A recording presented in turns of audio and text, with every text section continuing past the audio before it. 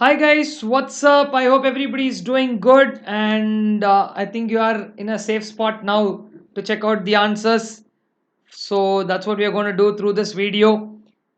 In fact, the very reason why we didn't do this immediately after the exam is also that we give our mind some time to relax, and then obviously now it's time for you to check, and of course for all the November 21 aspirants and any further attempt after that also, a paper analysis is always useful on understanding what should be written and how it should be written. So we will pick up July 21 exams EIS-SM paper. This is now for the CA Inter. And what is the scope of coverage, how answers are to be written, what sort of questions are being asked. Dwell down into all of that will help us understand what best we can do for our upcoming attempt. And not only that, many people have a inhibition that suddenly questions will come from somewhere in the exam. So this session will also go ahead and prove that all the questions that have been asked in the exam, that is the 70 marks of the descriptive part. Now obviously I'm going to cover including choice, so you will have all those questions straight out of your book. So which is why I request the students always to focus on the content rather than trying to by heart, or rather than trying to find shortcuts. If you can focus on the conceptual clarity, understand them, make frameworks to remember them in mind. And we've been putting up revision series all through the time for preparation. You guys can use all of that, and this again is one such video that is going to help you understand what sort of points have to be written. And of course, the link for this particular suggested answers is also given in the description, so you can even download the copy of the suggested answers just for your future reference purposes. Now let's straight away get into the story. Let's start with the enterprise information system part. So totally that 30 marks for MCQs, obviously the paper is not out, so balance 70 marks is what we are discussing. In that we have both EIS and SM, and part 2 section A predominantly deals obviously with the enterprise information system part. Now the opening question is a question from the second chapter, wherein they have asked you to discuss about a concept which is called as business intelligence, wherein you would have studied about data analytics.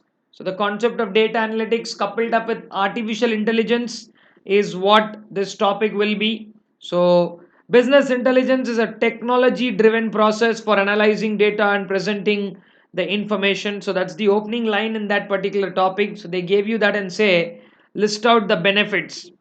So if you dwell down deeper into that paragraph, you have these 4 points which obviously are going to get you the 3 solid marks there. Potential benefits of business intelligence. So it's a small paragraph which will help you understand what you basically are dealing with. It's a very, very simple question. What are the benefits? Accelerating and improving decision making, optimizing the internal business process, increasing the operational efficiency, and gaining a competitive edge over the rivals. The better your information is, that's why the whole topic of data analytics is very famous, right? The better you analyze the data, the better you do ETL, extract, transform, and load, and then you use things like artificial intelligence, the better will be the information. So that is going to help. And business intelligence, where does it get the data from? We're talking about doing so much of work, but where does it get all the data from? So that also has been told there. You got to do a couple of things: identify the market trends and spot what business problems you have, also figure out where the different sources. And it is not just about current data, even past historical information can be used. So basically it uses the concept of ETL. If you are aware of that, this question is going to be a very simple one to start off with, and it's followed up by a 2 marks even more simpler question. Now I've listed all the points down, but I don't think you have to do all of that in the exam basically. So if you write a few out of those, that will still make a lot of sense as to discussing the characteristics of a core banking system. Many people ignore this particular chapter, which is why keen to tell you that each chapter here is very important. We have only 5 chapters, so all chapters questions are equitably distributed. You will see that. Not only that, the same thing applies even to strategic management. 8 chapters where there is a flow, you will find that also being spoken about. So Core banking system, it's online. You can use it anywhere, anytime. All databases are updated simultaneously. So a long list of points, of which even if you write five or six, I think that should suffice the requirement. You can have a separate hierarchy for business, and it's a pretty basic question and only for 2 marks. So if you write at least 5 to 6 of these, in fact, even if you can write more of those, also will be fair enough. And then the next one goes pretty cool, which is more about digital payments. You have a tabular form which talks about advantages and disadvantages on however it's presented, but mostly when you've seen it in the class, you would have seen it as a tabular form. A few advantages, no doubt there are some drawbacks. So even that's what they're talking about. PKR Limited is planning to receive digital payments from customers, though there are a lot of benefits. Now many people who don't read the question carefully, they think they're asking benefits. Don't get carried halfway through, read it fully. Though there are a lot of benefits, there are drawbacks as well. Briefly explain any 6 drawbacks. Now it's a straight out of the book question. All the questions are straight out of the book, just that 1 or 2 places you might have to apply, but other than that, everything is very much available in our normal material that is available for classroom circulation or from wherever you have read it. So it's difficult for a non-technical person to understand how digital payments work. I don't think that's a real problem today. Data theft, overspending, disputed transactions, where do you go and fight out that, in which forum? That will be a challenge. And then the cost of operation, because you started using digital payments, then you got to be on the web platform, you might have to establish servers and all the extra cost for you, and more importantly you got to maintain the security. So for customers who want to trust you, they trust you based on your security, so that's a critical point. And then you obviously have the last one talking about internet's compulsion. So if there is no internet, maybe in many cases we might not be able to use the full power of digital payments. Moving from there, the next question in the second one, it's a 4 marks question wherein they've asked you about internal controls inherent limitations.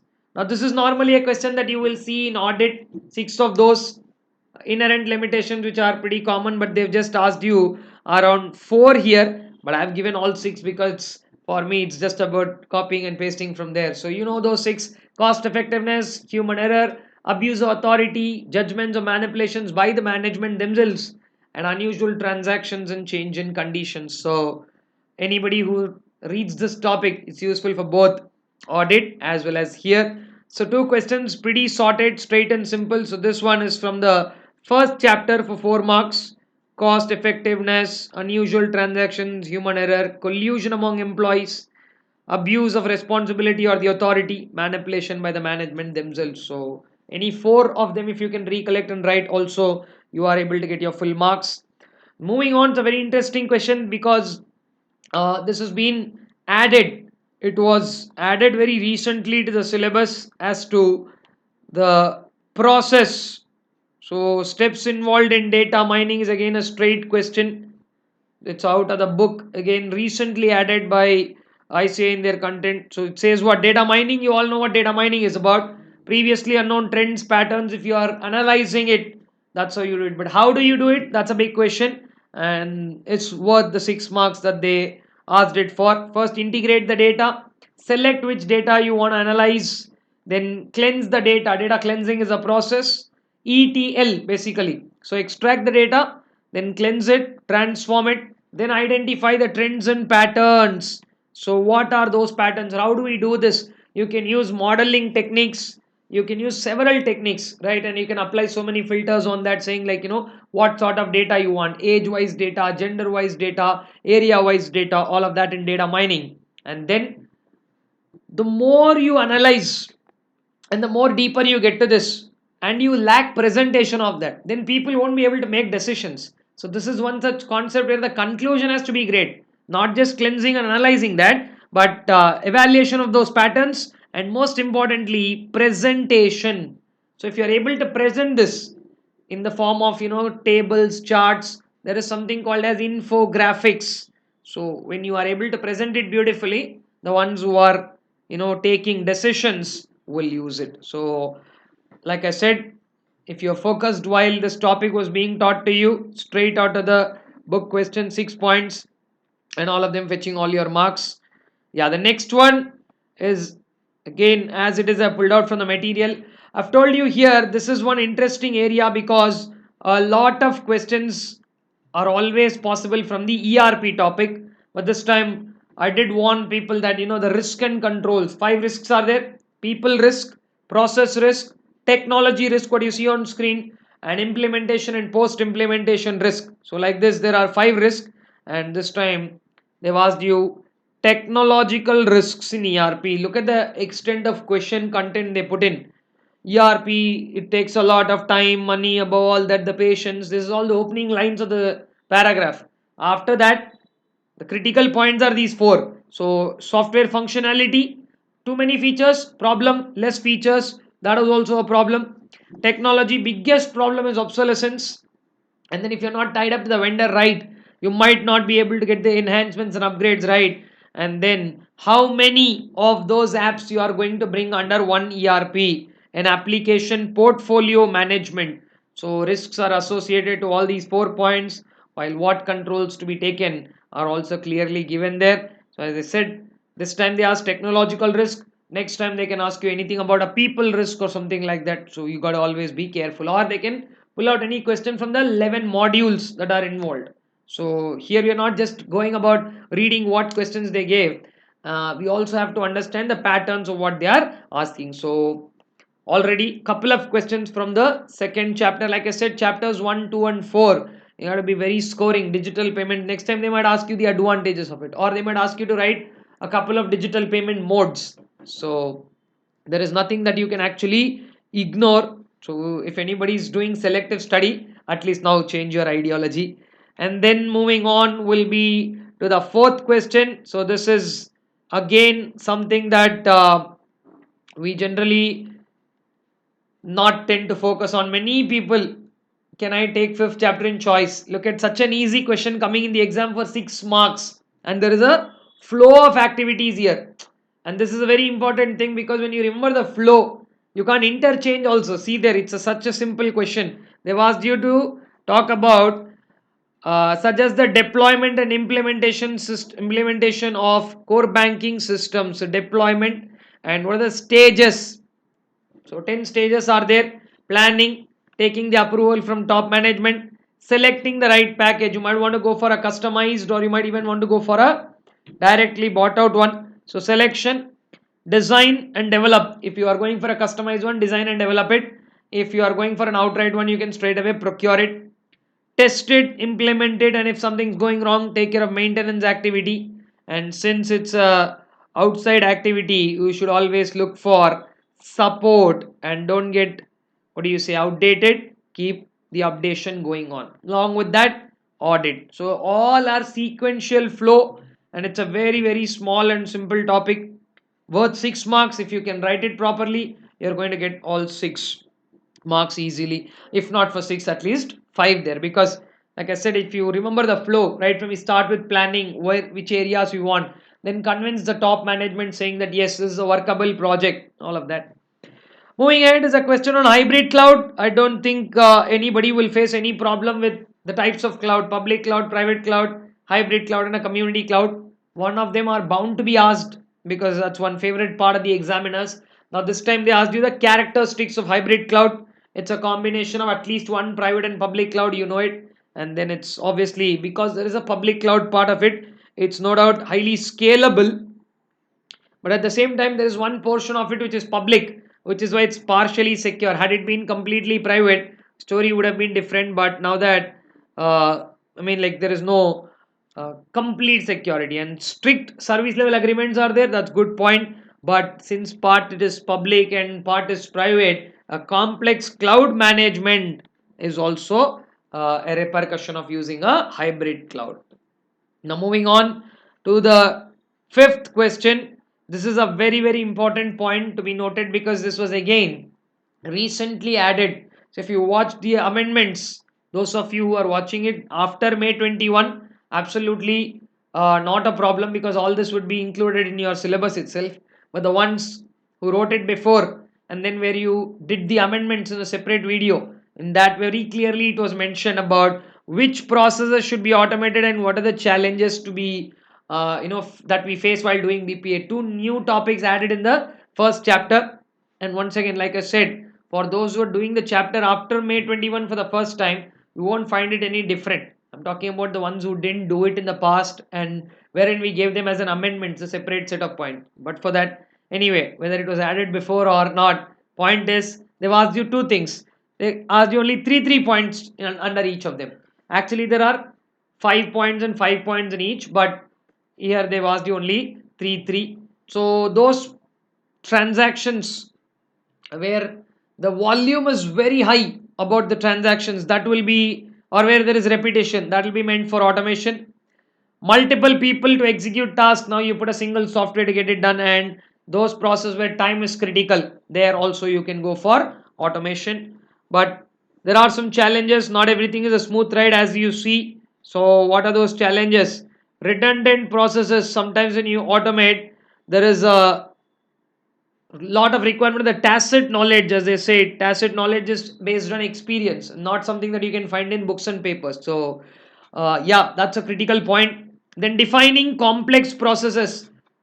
Once the process is defined, automating that is okay, but how do you define a very complex process? If multiple things are involved, then how do you define it? That itself tends to become a challenge out there. And staff resistance is a point that you guys obviously know it. Sometimes people are not in favor of these kind of changes. They don't want such things to happen in the organization. So staff resistance is again not such a great point to be welcomed here.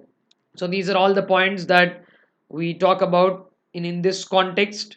And couple of things to end here. What are the disadvantages of DBMS? Cost and security, two simple points. This is from the third chapter, wherein you have the advantages and disadvantages of DBMS rightly chosen for 2 marks. Cost of implementing a DBMS could be high because the long time that it takes, time consuming as well. And despite having many security in place, still if somebody gets access to the database, then it will turn out to be a all or nothing situation, which is very critical. Then a quick point that differentiates between process registers and cache memory. So you know what process registers are: 32-bit, 64-bit, the thing given there, very high speed small memory units. But when it comes to cache memory, frequently used main memory locations are stored. That's what a cache memory is. You know how it's pronounced, correct? Cache, like how you pronounce CASH, that's the same terminology that we use. So again, I think there is an internal choice in choosing either of them. So that's again a pretty simple one to answer. That's it with your first set of 35 marks on EIS. This time's a very simple paper. Only thing, they didn't delve into controls, they didn't discuss much about in the third chapter, they didn't trouble you with any deeply, what do you say, technical concepts, nothing of that. So if somebody has done a good revision, I think they would have had a easy ride on this. Many of these have even been covered in our revision videos, so I don't think any of the problems would have occurred if you have done your part clearly. Part B is even more exciting, the section B of strategic management. The first question itself is something that when you read it, you'll be like, okay, wait, what are they asking? But in a minute, when you come to the end, where the actual questions are given, makes it sound very easy. Let us see how that works. Come on here. So let's start with the question. So they're talking about couple of companies, Albela and Just Be Foods, two companies, a successfully competing chain of restaurants in India. Lot of information, and then see how the questions will be. Let me show you this. I want to do this question in detail so do you understand what sort of questions will come. Rest all the questions are pretty direct, but look at this one. Albela is known for its innovative approach, which has resulted in good revenues. Cool. On the other hand, Just Be is slightly slow in implementing or responding to the environmental changes. The initial stages of COVID-19 pandemic and the ensuring strict lockdowns had an adverse impact on both companies. It had an adverse impact on the whole world itself, right? Realizing its severity and future consequences, Albela Foods immediately chalked out its post-lockdown strategies, which included initiative like, many places now you see contactless dining, contactless delivery, new category of food in the menu boosting immunity, Many of them are making those marketing gimmicks, right? Eat this food, saves you from COVID-19 and all that. So yeah, immunity boosting food, safety measures and hygiene given priority, and online food delivery app. Obviously, we have food delivery apps, but their own food delivery app can, kind of ensure their business is what they're feeling. Seeing the positive buzz around these measures taken by Albela Foods, just be they also thought, okay, we should not fall behind. We also have to go for this, and they also think to introduce these measures. Okay, long story, but then what is the question? Identify the strategic approach taken by Albela and Just Be Foods. Now, there are only two strategic approaches that you learned in your book. One is being a proactive, the other one is being reactive. Albela didn't wait for situations to dictate things on them, so they went with a proactive approach. While unless somebody like their competitor demonstrated that yeah, all this can be done, Just Be was little reluctant. They said no, they're coolly waiting for good time to come. Then they said okay, we'll slowly change. But Albela didn't do that. They said okay, let's not wait for a auspicious occasion. We'll be proactive in doing it. So one followed a proactive approach, one followed reactive approach. If you followed my class carefully, I told you it's not about which approach you follow, it's about the timeline. Sometimes we do reactive approach, but if you react at the right time, that will also help. So that was your very first question. Identify the strategic approach, and then discuss these approaches. You got to write the theory about both those and say which is better and why. So there is nothing saying that proactive is better, reactive is bad, and all that. So it's a straight out of the book paragraph that I have given you next, where you will say a company's strategy is a blend of, which is nothing but a mix of both proactive and reactive actions. One is planned while one is, as a reaction to the situation. Okay, so that entire paragraph that you see on proactive reactive is straight out of the book again. Now, question number 7, part A, is a question from the second chapter wherein you have competitors analysis, industry and competitive analysis. Now, that's more likely to be a topic always asked for. Either they'll ask you something like a triggers of change, and I've warned you so many times, even in my classes and live videos of revision, that strategic group mapping is an examiner's favorite, and which obviously turned out to be very lucky for the ones who wrote it this time. Many of them, because happily they read that. This is point number 4. If you remember, dominant economic features, nature and strength of competition, triggers of change, and then the fourth one, identifying who is the strongest and the weakest rival. So the question goes by, a manufacturing company is in direct competition with 15 companies at national level. So be it. Head of the marketing department of this company wishes to study the market position of rival companies by grouping them into like position. So identifying all the strong companies, identifying all the weak companies. You remember where we group them with circles inside and then industry as a broad circle. So it's a concept of strategic group mapping with those 4 steps, drawing circles around each strategic group to decide finally whom should you compete with. There are very big players in the industry, very small players in the industry. Who are you supposed to compete with? What is your immediate circle? Strategic group mapping is a great tool to identify all of that. That's again a straight arrow for you for 5 marks. Question number 7, part A. Now moving on, we have part B on cards, which is a question from the third chapter, wherein they've asked you to explain the 6 points which are talking about the major dimensions in strategic decisions. I think it's a question that's been with some content, but I've shortened it out to strategic decisions. A 5 marks question. What are the major dimensions of strategic decisions? When they talk about it, it's taken by the top management. Lot of resources are being brought in, long-term prosperity, future-oriented, and it does not applies to one area in business. It has multi-business or multi-functional consequences. So very easy question. Major dimensions of strategic decision. Okay, now the next one is from fourth chapter. So we've seen a question from the first chapter, second and third. Now we are moving on to the next question, which is obviously from the fourth chapter. I think they maintained the order as well. 8A is a question from the fourth chapter, which details you about turnaround strategy. And if anybody is thinking that questions that were asked this attempt will not be asked next attempt, you're going to be in a big trouble. because this was asked last time also, and now again they are asking. So it's not like, what came last time will definitely not come. There is no rule like that. So please be mindful of all of that. The CEO asking you for a plan to turn around. You don't care about what else there in the question. A plan to turn around. Just start 5 stages action plan for a turnaround. First step is to assess the current problems, figure out whether there are any chances of survival, and then if the organization is a critical stage, do something like asset liquidation or something to generate immediate cash. A positive cash flow must be generated at the earliest, and if you're able to do all that, then prepare a future cash flow forecast.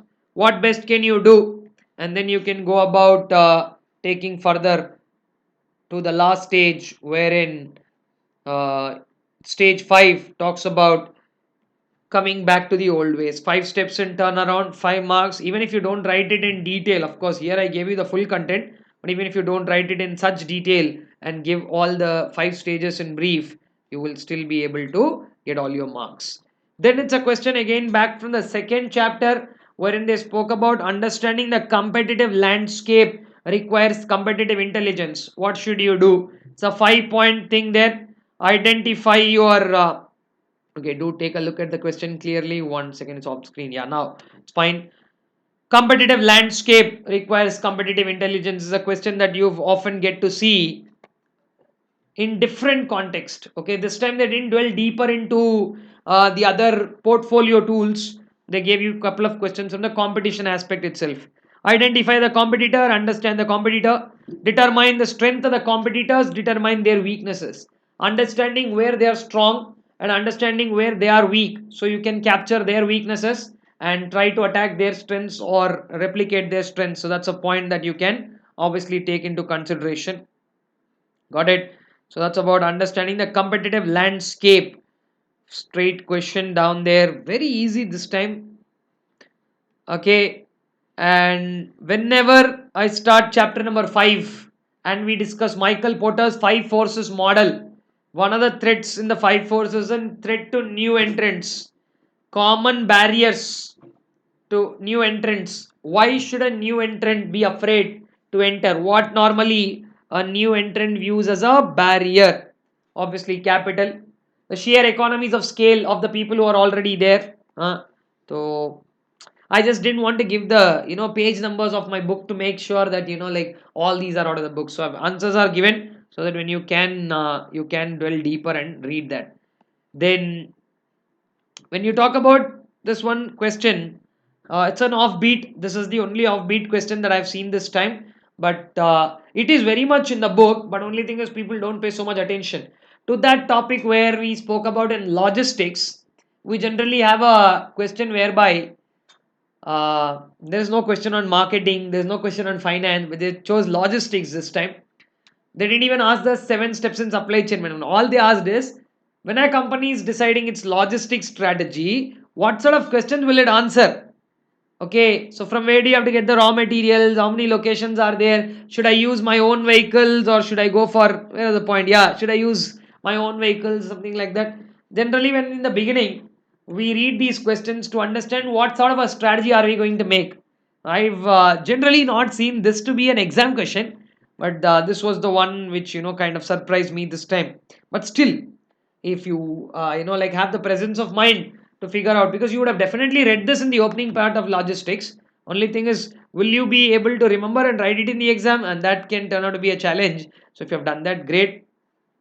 And in the last topic of the 7th chapter, we have an insight about who is entrepreneur and intrapreneur in new concepts. And I always tell people to be aware of such short answers, always a possibility. The question is, who is an entrepreneur and what does he do? So an entrepreneur is the one who conceives the idea, one who starts the business with that idea, and then he establishes, arranges and coordinates, take decision, add value, and he is the one who takes all the risks, faces risk and uncertainties, recognizes and utilizes the opportunity, initiates, and so all the points have been given there. I don't think anything would be overtaxing out there. Then moving on is steps involved in BPR is a straight 5 point answer. You don't need both the last questions are both of those. There is an internal choice out there. Like either they ask you to write these 5 steps from BPR or the Richard Rummel's criteria. If at all you have heard me clearly talk about this in the last part of the chapter, I told you it's a favorite question of the examiners. We can go back to my videos. You will be, on both these questions, whether it's the steps involved or whether it is Richard Rummel. At both places, I would have highlighted that these are asked questions in the exam and these are examiners' favorites. So, consistency, consonance, feasibility, and the fourth point is advantage. You want me to show you that again? It's about advantage. So, that's what the story is. And as far as my analysis goes by, I don't have to tag this paper or brand it as tough or anything. And I haven't received any feedback also saying that this is tough. So I guess we'll stick to the basics. This is once again to prove that just running through all of this, it gives you a confidence that every time a question comes from the book only. So if you have your revisions intact, everything will be pretty fine. And that's it from this video. So I hope this is informative. Take all those cues on what questions are being asked, what sort of simple questions are only being asked, and make sure that you have a strong preparation, so that even if you have one or two offbeat questions, you will be able to handle them in the exam. And I wish you all the very best. Thank you.